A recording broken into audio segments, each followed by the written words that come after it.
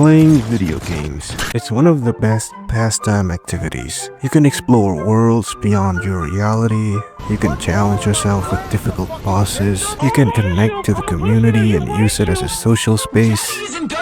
I trust all of you, or at least most of you, are gamers, and I don't blame you. I've showed gaming as a great piece of media over things like movies and films before. It's a piece of art capable of immersing you into a world hands-on, and now more so with stuff like VR. I've been a gamer since I was a child, started from the PSP, not the actual PSP. It's one of those bootleg knockoffs that has like 300 games in them. I remember playing some game on it about a cat named Felix. That was the start of my gaming career and really opened my eyes on just how great games could be. And that was like 12 years ago. People like to say gaming has died or gaming is just not the same anymore, and for the most part I can agree.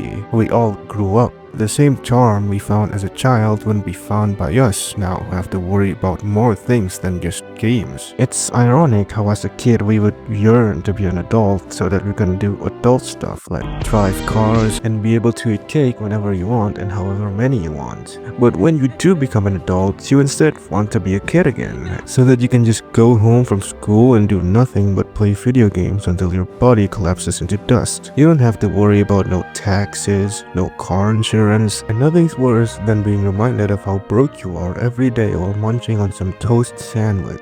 Gaming to a kid would be like making every dream of theirs come true. Playing with action figures? Well, we have Call of Duty. Want to be stealthy and steal shit from your parents? Well, we have Metal Gear Solid. Want to live a life of crime and steal cars with virtually no real-world consequences? Good news, you have Grand Theft Auto. All those games I just mentioned all first came out in what's typically referred as the golden age of gaming. Everyone's got their own definition on when, where, and how it is, but for the most part, it's typically before the 2010s. Some even saying that it goes all the way back to the 1900s. In this time period, we would see many now well-known IPs and titles be released like Resident Evil, Silent Hill, Call of Duty, Metal Gear, you name it, and you've probably played it before. This is an era where infamous games came out like Modern Warfare 2, Metal Gear Rising, Resident Evil 4, and many more games. Most importantly, this is an era before heavy monetization on games. When games you buy, you actually own, and no additional bullshit is released after the release of the game or anything like that. No bugs, no day one patch. What a wonderful time it was.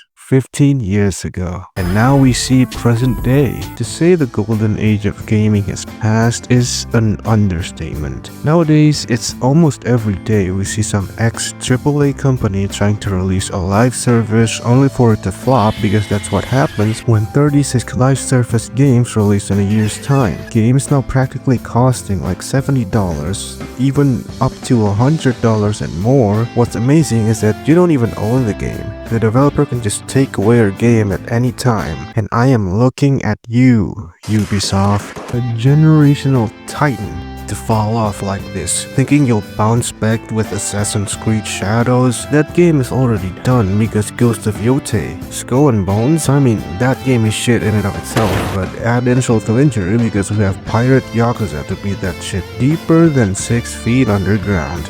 Maybe the day you delete the stupid Ubisoft Play launcher and stop trying to bring back NFTs into the gaming scene 3 years after they're dead in the water is the day where you'll finally bounce back, you greedy fucking asshole. And that is not to mention the heavy monetization put inside the game, with skins costing nearly half as much as the game you bought. And of course, every game needs a battle pass now, because thank you Fortnite. Fortnite is basically the Times Square of gaming with how many collabs it has, and Call of Duty trying to haphazardly copy it. All that and more, like not fulfilling promises, heavily bugged games released to the public with the promise of a patch fixing everything will be released soon.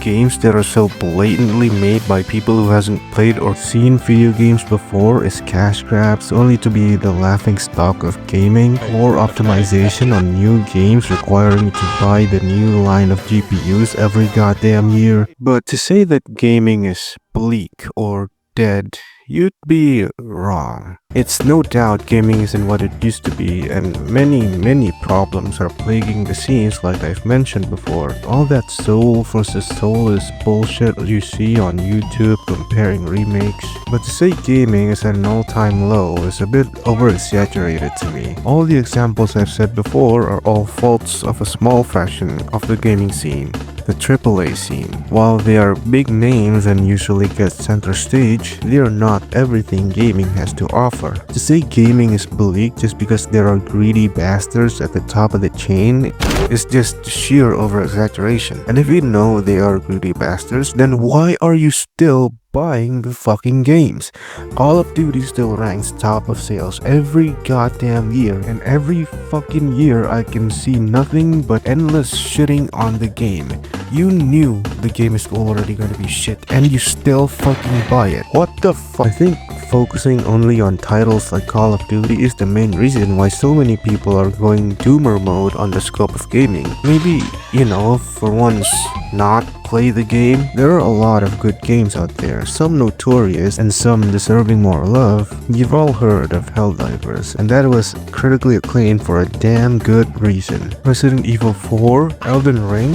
Hell, I have an entire video shilling RGG Studios for their games, and I still think they are one of the best game company out there, consistently cranking out banger after banger year after year. All that, and that was still only the AAA side. Maybe if you haven't found what you like yet, you should play indie games. You've all heard of Ultrakill. It's a beautifully handcrafted boomer shooter that makes you feel like you've just snorted a whole blob of cocaine. Other games like Dusk, Blatro, damn thing almost won Game of the Year, and there's so much more than just that. Explore. Gaming is as diverse as it can get right now, and to only stick with the big things like Call of Duty, you're missing out on so many things. Things that a younger you would have dreamt of having. Yippee! Gaming is genuinely one of the best pieces of media to me. And with game development being so accessible, more and more people are in it to make more amazing games, and for that reason, I think gaming isn't all doomed just yet. Find what you like, and if you can't find it, well, maybe you just gotta make it yourself. And that's pretty much it. Thanks for watching the video, and thank you for the support these past few months. As of recording, we have hit 250 subscribers. Thank you so much. I'm going to try to make these videos a little longer, maybe around 8 to 12 minutes, and see how it goes from there. So make sure you stick around. Anyway, make sure to like the video and subscribe if you haven't already. Maybe leave a comment and some feedback, and again, thank you for watching. See ya.